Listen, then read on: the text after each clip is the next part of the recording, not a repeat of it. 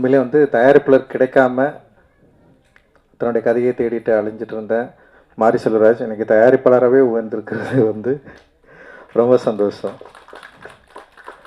And எந்த கதையெல்லாம் தயாரிக்க முடியாது, தயாரிப்பு இல்லை தயாரிப்பாளர் கிடைக்க மாட்டாங்கன்னு சொல்லிட்டு பயந்திருந்த சூழலில் பரியேறும் பெருமாள் அப்படின்ற ஒரு கதையோட அடர்த்தியோட தன்னுடைய படைப்பை இந்த சமூகத்துக்கு கொடுத்து அந்த வெற்றிலிருந்து தொடங்கிய இன்றைக்கி வந்து வாழைன்னு சொல்லிட்டு தன்னுடைய என்ன சொல்ல தனக்கு விருப்பமான ஒரு சினிமாவை எந்த காம்ப்ரமைஸும் இல்லாமல் எடுத்திருப்பான் அப்படின்னு நான் நம்புகிறேன். நான் தனக்கு விருப்பமான ஒரு சினிமாவை எடுப்பதற்கு உந்துதலாக இருந்த விஜய் டிவிக்கு வந்து ஹாட் ஸ்டாருக்கு வந்து என்னுடைய மிகப்பெரிய நன்றியை நான் தெரிவிச்சுக்கிறேன். அண்ட் ரொம்ப முக்கியமான விஷயமாக நான் பார்க்குறேன். இந்த மாதிரியான படைப்புகளுக்கு தயாரிப்புகள் கிடைக்கிறது ரொம்ப கஷ்டம். படம் எடுத்துட்டால் படம் வாங்குறதும் ரொம்ப கஷ்டம். இன்றைக்கி வாங்குறதுக்கு பெருசாக யாருமே இல்லை. ஏன்னா ஓடிடி பிளாட்ஃபார்ம்ஸ் வந்து ஓப்பன் ஆனோடனே சின்ன படங்களுக்கு நிறைய மரியாதை இருந்தது. சின்ன படங்களை வந்து ரொம்ப கவனித்தாங்க, சின்ன படங்களை வாங்க விரும்பினாங்க. கண்டென்ட் ஓரியன்ட் மூவியை வந்து வாங்குறதுல ஒரு போட்டி இருந்தது. இன்றைக்கி அப்படிலாம் இல்லை. கண்டென்ட்னாவே தூக்கி வைக்கிற இடத்துக்கு வந்து போயிட்டாங்க. எல்லா பெரிய நிறுவனங்களுமே அப்படி ஒரு சூழலுக்கு வந்துட்டாங்க. சின்ன படங்களை விற்கிறது வந்து ஒரு பெரிய சவால் இருக்குது. தயாரிப்பாளர்களுக்கு வந்து ரொம்ப மோசமான ஒரு காலகட்டமாக இது நிகழ்ந்துட்டுருக்கு. ஸோ இது எப்படி மாறும்னு தெரில. ஆனால் அந்த வகையில் வந்து மாரி செல்வராஜ் தப்பிச்சிட்டான்னு நினைக்கிறேன். இந்த படத்தை வந்து ஹாட் ஸ்டாரே தயாரித்ததுனால அந்த டிஜிட்டல் விற்கிறதுல அவனுக்கு எந்த பிரச்சனையும் இல்லாமல் போயிடுச்சு. ஸோ டிவி ரைட்ஸும் வந்து ஈஸியாக விற்றுருவான் அப்படின்னு நான் நினைக்கிறேன். ஸோ தயாரிப்பெல்லாம் இருக்கிறதுல எனக்கு இருக்கிற பிரச்சனையே நான் இங்கே ஷேர் பண்ணிக்கிறேன்.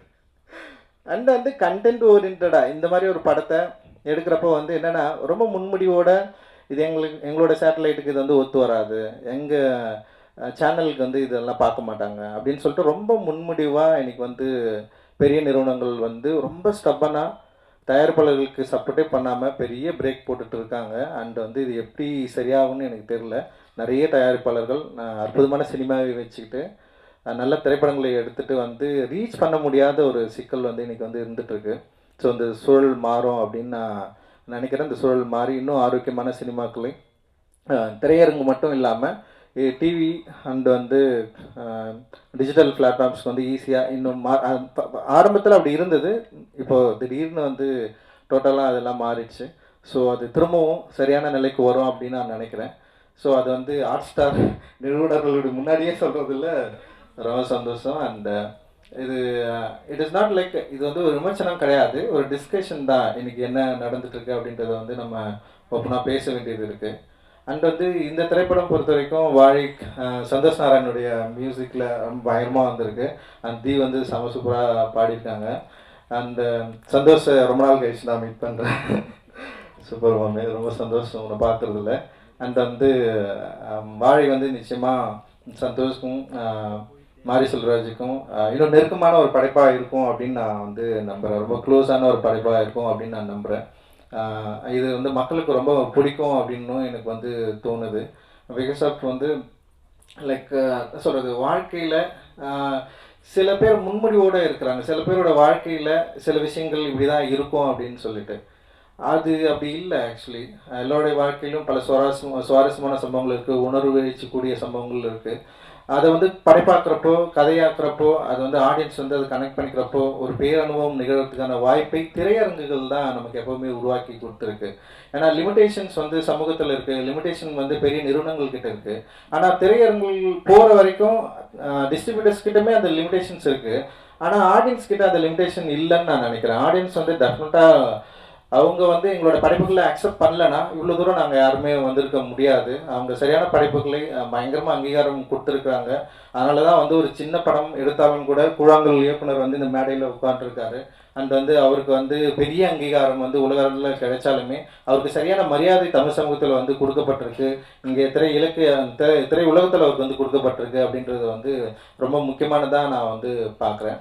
அண்ட் மாரி செல்வராஜோடைய வளர்ச்சியில் ராம் சார் வந்து ரொம்ப ரொம்ப முக்கியமானவராக அவன் அடிக்கடி அவன் சொல்லியிருக்கான், நானும் பார்த்துருக்கிறேன். அண்ட் அவருடைய அக்கறை, அவனை உருவாக்கிய விதம், அவனை உருவாக்குவதற்கு அவர் கொடுத்த புத்தகங்கள் அப்படின்றது வந்து ரொம்ப முக்கியமானதாக நான் பார்க்குறேன்.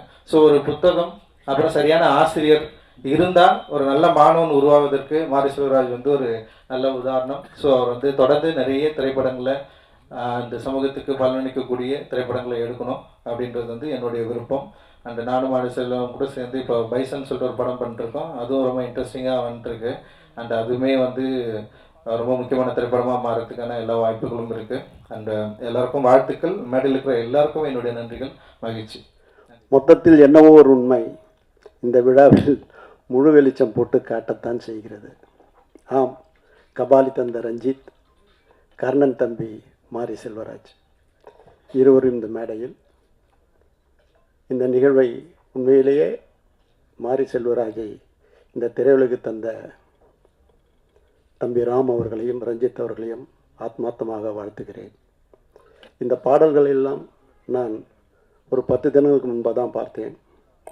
என்ன ஒரு மேஜிக் வந்து சந்தோஷ் நாராயணனுக்கும் மாரி செல்வராஜாக்கும் ஒரு ஒட்டி பிறந்திருக்கிறது. செவியிலே செந்தேன் மழை, புவியிலே சந்தோஷ் நாராயணன் சங்கீத அலை என்பது போல் அங்கிங்கெனாதபடி எங்கும் பிரமாதமாக இந்த பாடல்கள் பட்டி தொட்டி எங்கும் பட்டொலி வீசி ஒலிக்கும். இப்படிப்பட்ட சூழ்நிலையில் இந்த படம் தயாரிக்கிறது, அதுவும் ஹாட் ஸ்டாருக்கு உண்மையிலேயே நன்றி சொல்லி, குட்டி சாருக்கு உண்மையிலேயே நன்றி சொல்லிக்கிறேன்.